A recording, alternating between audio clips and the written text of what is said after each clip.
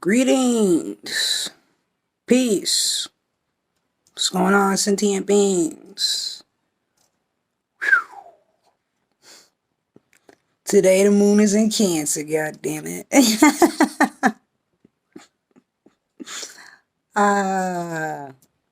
I'm grateful made it back to do this video because I didn't make it on yesterday. And then this rising like really early, I was like, I'm gonna do that video now. And then that didn't happen. Just all the thoughts. And then like I looked it up, the moon's at 27 degrees right now. So it's in my 12th house. So all like my hidden fears and thoughts and shit like that, which are around, have to do with Cancer, because for me it's ruled, my 12th house is ruled by Cancer. Everything having to do with thoughts having to do with the home and the nourishment and family. And the moon is there. Now, it's in Cancer. So I got all emotional and shit. Which sometimes it is emotional sign. It is a sign of emotional nourishment. And a sign dealing with the family. Family can be very emotional. Shoot. Cancer is a water sign that is a cardinal. It's a cardinal water sign. One of the water signs is cardinal. One of the water signs is mutable, and one of the water signs is fixed. Right. So Cancer is the cardinal one. Scorpio would be the fixed water sign, and Pisces would be the mutable water sign. But yes. Cancer, cardinal is very charged up energy, you know. I want to speak about boundaries because it's a Cancer moon, god damn it. And implementing those boundaries and or reasserting, gotta be assertive with this Cancer moon energy, reasserting where you stand. 222. Cancer is the Chariot and the tarot card, and it has the two columns behind it, which represents like that intuition, just like in the High Priestess card, them same columns. That's relevant to Cancer because Cancer is the only sign out of the 12 zodiacs that's ruled by the moon. So those two columns from the High Priestess card, which is a moon energy, we see those two columns in the Chariot card as well, because Chariot's is a Cancer card. We also see the two Sphinxes in the card, lions, feminine, and in the Sphinx, take it back to Kemetic culture. And you see they're wearing white and black. It's showing the dual nature. You know, and to me, that's like how Cancer is, it's a water sign, but it's a force for water. So think, the picture that just came in my head is what a firefighter has, the hose. Cancer hit you with that water hose. That's their energy. That's why they say shit, get at your gut, get you in the heart. Oh, what's that? That's just the Shri yantra up there, chilling. It's good to get in your life. So,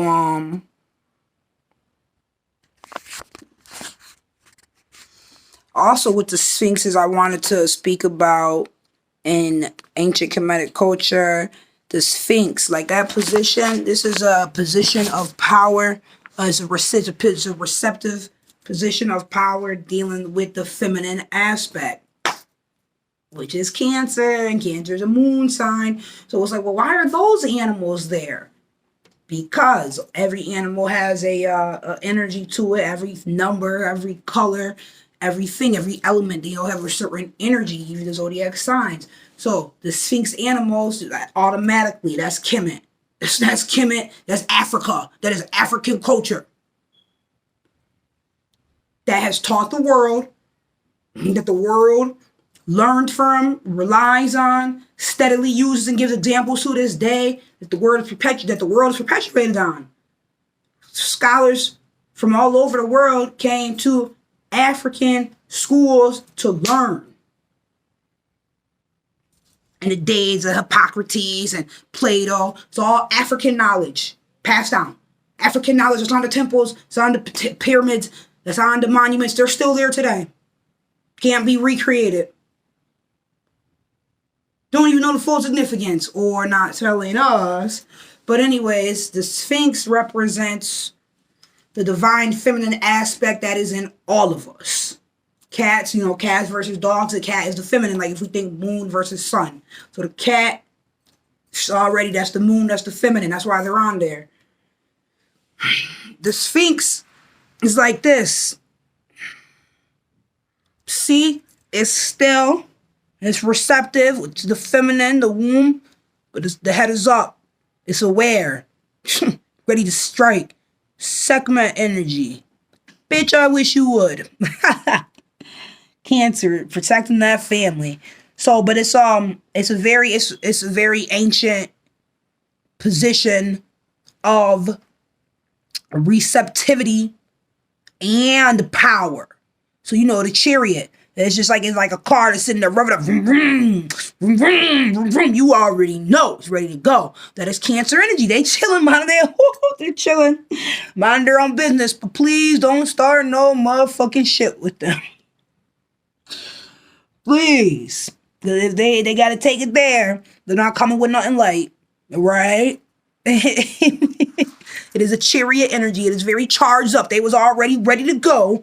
They were already in tune and feeling some type of way. And now, it's go time. But yes, the Sphinxes are on the Chariot card. And it is, as I just described. And that describes the Chariot and that Cancer energy. Very intuitive and aware, and also warrior, ready to go, be victorious out here. So, very relevant, because this is why I'm saying boundaries. And with the Cancer energy and family, a lot of times it's what they say, it's the strangers end up treating you better than your family or friends. And we've all been in scenarios like that, and it's like, wow. Cancer is the sign of the ancestors, the ancestry, the DNA. So one thing that I wanted to speak about pertaining to these boundaries in this Cancer moon is the healing of the generational curses. This is where I'm going. Cancer, generational, locked in, DNA, Akashic records. I made another video on Cancer moon 2 days ago, Wednesday. Anyways, the Akashic records. With Cancer, you're dealing with ancient knowledge in the lineage of your family as well. Now we're talking about it's the moon. So we already know the moon is the matriarch and the feminine. What do the women have? The mitochondria, DNA, so it's 2XX, not just the XY. It's the extra link, the mitochondria DNA, what pass on. The information, the extra information is why the women are connected internally through their heritage, DNA. But I guess it's not something that's passed on to the men. It's just nature. It's just biology. Just like, but see, humans copy biology, but then they try to twist it. Like a lot of people may not know, when you go to get married, in this culture, you switch over. It's a patriarchal way of living, and you take the man's last name. But originally, that's not the way it was. And when you think about it, like all the children are coming out of this womb. When you read the rules about going to get married now, like today, like last time I looked up the information, dodge the bullet. Anyways, it's moving forward. Everything's not story time.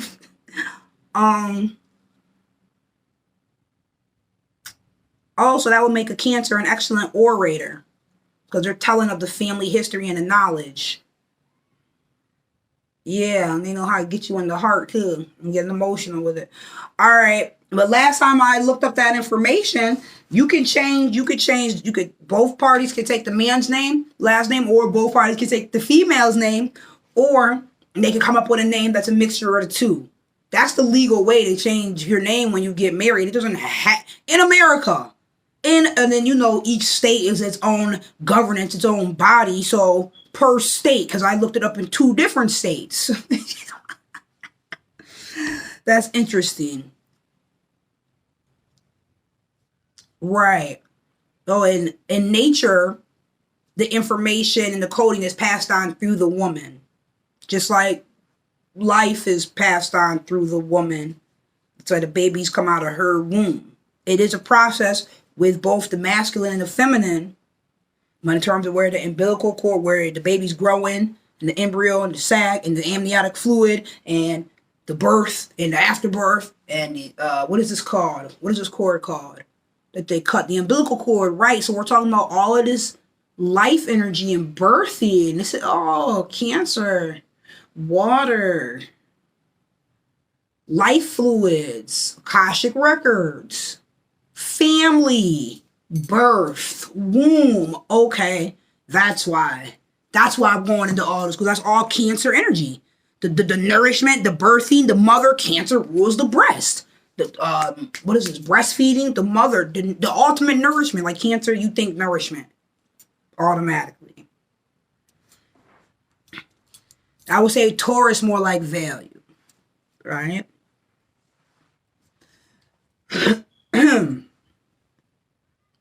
So that's all the cancer energy. I lost what I was talking about, started going into the whole amniotic fluid. I just be saying what I see. And I'm like, why am I seeing this? Oh, because that represents that energy and what you're trying to explain. Oh, boundaries. Bingo, bingo. Boundaries, family. Look, y'all, you know what happens. Sometimes the strangers end up treating you better than your motherfucking family. It don't make no sense. Oh, speaking of family, ain't a matriarch. This is from my mom. So I wanted to make sure I wore this during the Cancer moon. I had to get particular. The sun is in Virgo. I had to get picky. Had to get detailed. Thought about what I was going to say in the message and what I was going to wear. I picked out something nice, but I was like, I'm not doing it. Fuck it. I'm not doing it. I'm not doing it. I might not even do this fucking video. I'm not getting dressed. I'm not. Matter of fact, I'm not even pulling my hair out. I'm not doing nothing. I'm not brushing. I'm not putting no gel. I'm not doing nothing. Yo.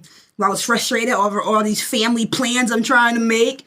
Plans, Virgo sun, family, and the family nourishment, and the family vacation, family trip. The Chariot, Cancer moon. Now I'm like looking up places on Airbnb. I'm comparing it to the hotels.com app. I'm like, damn, this is supposed to be fun. This shit is frustrating.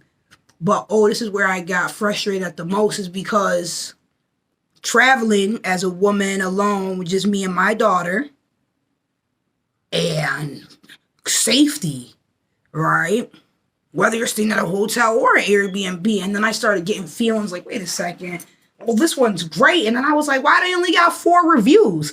And I was like looking at the pictures of the people who reviewed it. And I was like, I don't even like how that person looks. Like, they're making me feel weird. Just cause, his eyebrows are hella thick, yo. He looked like an evil cookie monster. This is some anal ass analyzing, but it's Virgo season, so I'm allowed to do that, right? But I was looking, the details is what was throwing me off. The details was giving me different feelings. Intuitively, it was the little details I'm noticing. I'm like, yo, this looks fucking picture perfect. But matter of fact, speaking of picture perfect, pictures, families, memories, photo albums, Cancer, Akashic record, the memories you make with the family. Because of all that nourishment and love. But I'm like, yo, they don't have nothing in the rooms. I'm talking nothing. Besides a bed and some dressers. Like, there's no There's not a lamp. There's not a picture frame. There's not a fake plant. There's not one motherfucking prop in either room. I thought that was weird. I thought that was very weird. Oh, see, and then the movie just popped into my head too. Yup. Oh shit, I feel the goosebumps. That's how the lady was alerted in that one movie, and she knew something was wrong with that address, and then she showed up there. She knew that they were hiding those kids. That's what she knew. She knew something, and she was looking for them.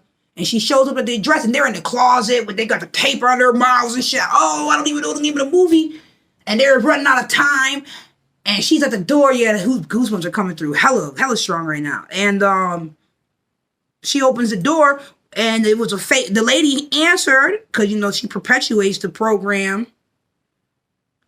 And the woman who rescued the children, how she figured it out is because hella goosebumps. She figured it out because she left, because the lady talked to her inside, like, yeah, no, everything's fine. There's nothing going on here. Blah, blah, blah, blah. Close the door. The lady left. She's walking down the hallway. Then all of a sudden she started running back like, fuck that, because she knew what was up. Came to the door. Lady opened it. Boom. She bust in, took charge and shit. She had to get on her chariot shit because she knew something was off, because there was not one picture on the wall. It's like, this is not no regular house, because it wasn't. And that's the feeling I got looking at the Airbnb, the one I was like, and then even when I looked at the reviews, everybody said something about children. I'm like, oh, they're trying to target people. That was just how I felt about it. I didn't like that. I was really hyped. And then as I started to pay attention to the detail, because I kept coming back to it, like, what about that one? And you like the price, and they had everything you want. That's perfect for you and your daughter. And then as I was like, yeah, I'm going to go with that one. And I started to look for more details. And it just did not feel right. So I'm not fucking with that. But details, Virgo sun, feelings, Cancer moon. And it's all good. You know, I'm going to find something. And if it don't feel right, I'm not fucking with it. That's the power of women. That's the power. Yes, and I was talking to two sisters about this yesterday. Yup. Your receptivity. For women, and we have the womb, and we receive, it's about what we choose to accept. One lesson I keep learning. One lesson I'm done dealing with. Fuck it. I got the lesson. Yo. What you choose to accept is, it can certainly disrupt your peace. And if something is disrupting your peace consistently, over and over, every time, that's the pattern. That's what it boils down to. Doesn't matter what the topic is. Doesn't matter what day of the week it is. It don't matter. It's the same outcome, a disruption of your peace.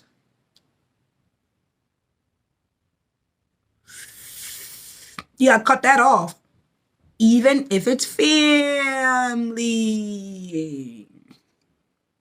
Dun, dun, dun. So that's why I have boundaries.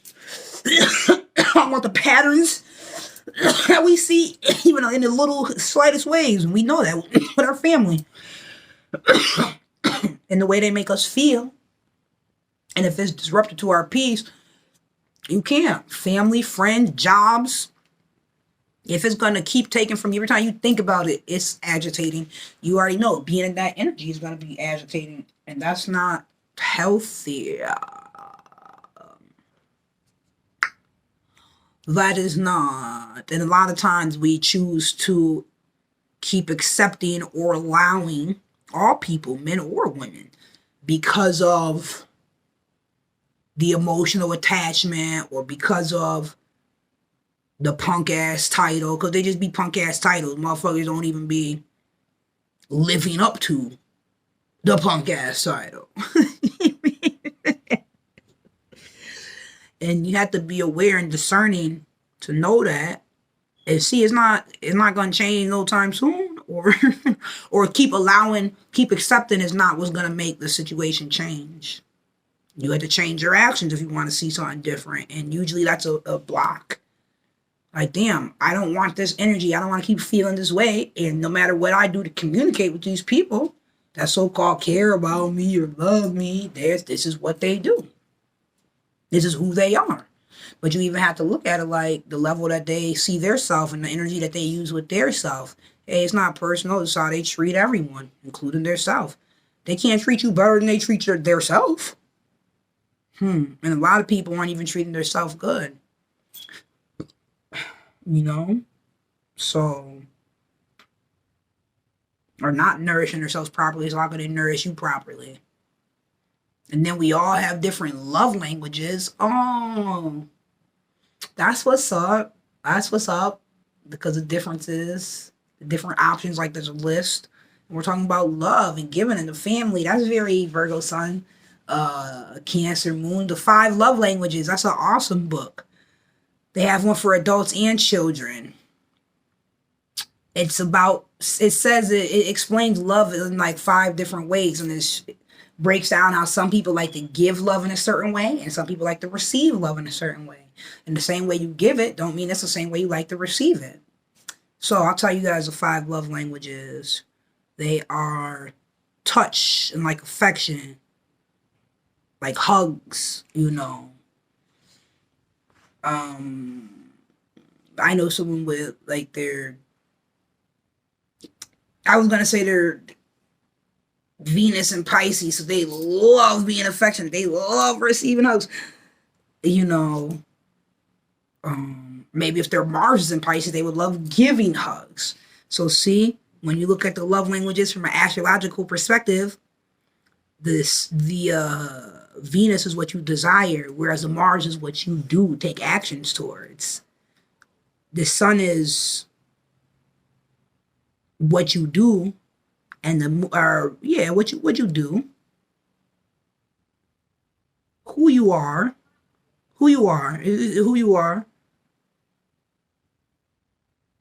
Moon is what you need. So I'm trying to think of the difference between want, and need. When you look at sun and moon, the moon is what you desire, what you not desire. I just said that's Venus. The moon is what you need for your emotional peace. The sun is what you like to do, what's natural to you, where you shine at, where you just glow. Venus is what you desire, what you want. Mars are the actions that you take, like how you get it done. All right. So as you see, regarding love and interacting with others and relating, the way that you give can be different than how you receive. So there's the affection, which is touch. There's gifts and giving gifts. Like children love to draw pictures, you know, and give them to you. People love to receive the flowers, things of that nature, or even just a phone call. Well, that would probably be more like quality time. Quality time is a love language, and that's what that is, quality time. That takes time. That's probably the hardest to do because that sacrifice of time that you can't ever get back, and making it quality. Just spending time doing stuff together. It doesn't matter what it is, whether it's taking a walk, reading a book, doing hair, baking stuff, exercising. But that's what some people really value or want to be loved. That's how they look at love as well. You're spending time with me. You're sacrificing your time.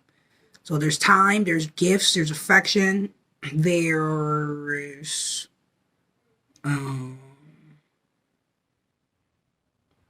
consideration, so being helpful with tasks, to acts of kindness. Oh, Virgo season. Acts of kindness. When you're actually taking a action that's going to benefit them. Not you, them. They see that as loving. And then what was the other one? I feel like the other one has something to do with listening. Do I have the book here? That's the one I let someone borrow and they're not giving back. That's all right. It was a gift. I let them borrow a couple. I was like, that's the only one I want back. The other ones I say I can keep. That's okay. When you let somebody borrow some shit, make sure, even if it's supposed to be borrowed, that it's something that you're okay with not getting back.